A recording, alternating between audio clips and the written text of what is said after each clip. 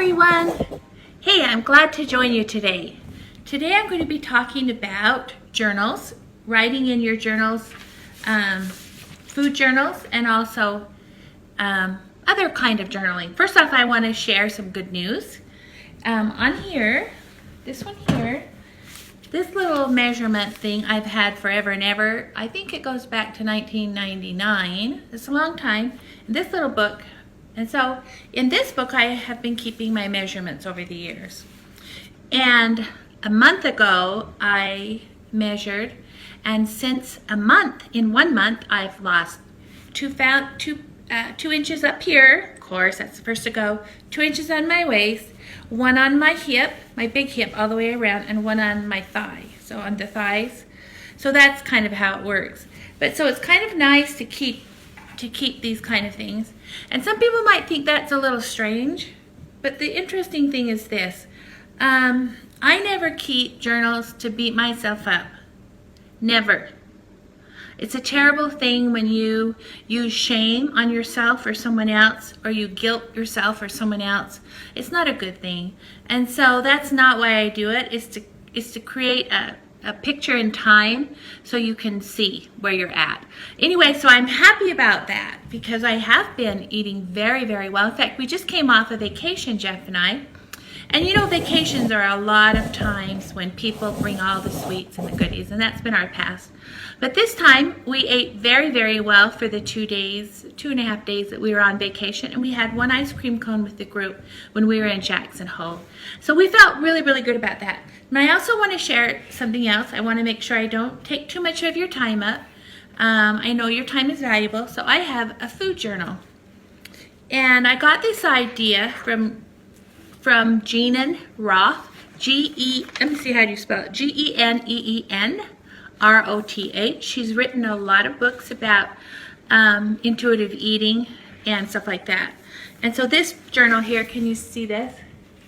Will the real Christine Berlin-Case please come out?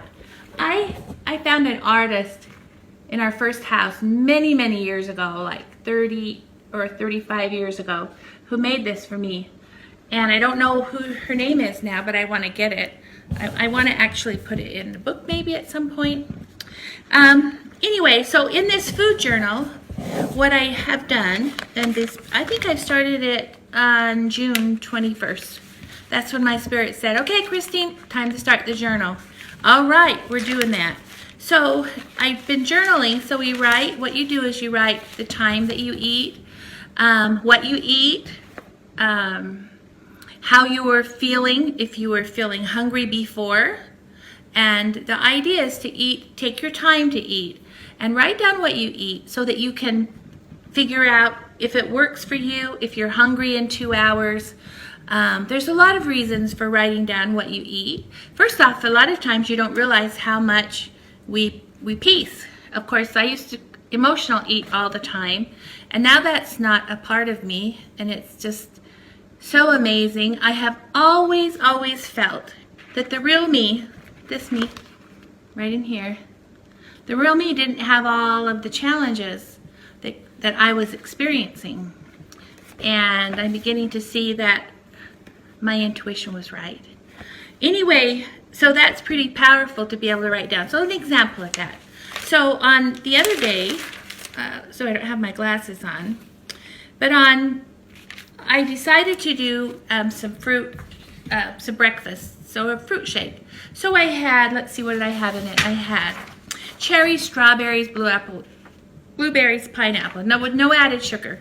And I also added cholesterol, acid that, and I also added some collagen for Jeff and I. And it was at 7 o'clock we ate our, it was a glass, it was about this big. Oh, this big, about that big. And it was full, and it had some frozen ice chips in it. By 9 o'clock, I was hungry in 2 hours. See, so that is just straight sugar basically going into your bloodstream. It's going to spike. It's going to make you hungry. And so I really like the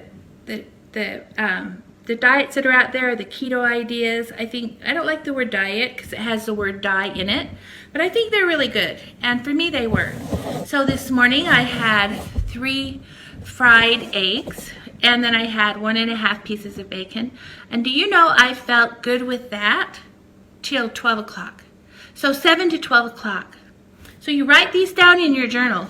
Also write down what the emotions are that are going on. Like if you had an upsetting time with your husband or one of your children, you know, and we really do, you know, I'm not going to portray here that life is all rosy and peachy keen, because that's what causes Facebook to cause people to get depression, because they think everybody else's life is perfect but not theirs. It's not true.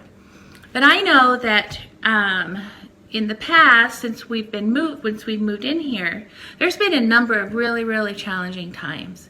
And I know that when I was going through these challenging times, what my body, what my mind, what my emotions craved was eating granola.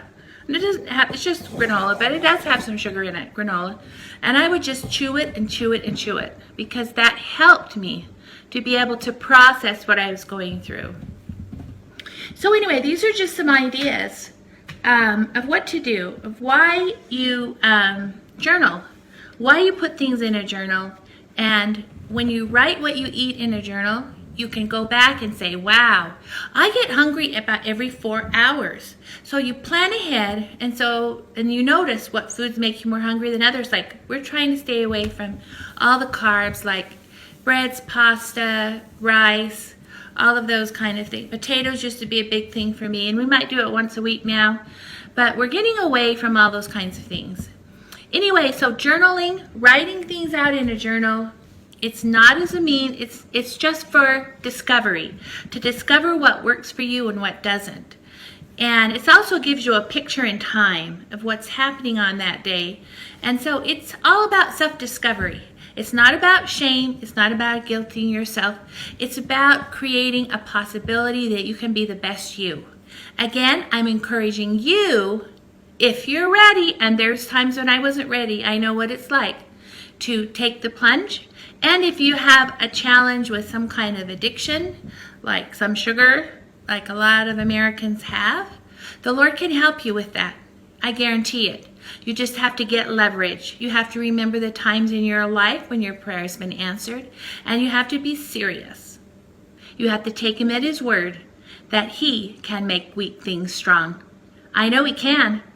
And maybe it's a time in your life to take that plunge.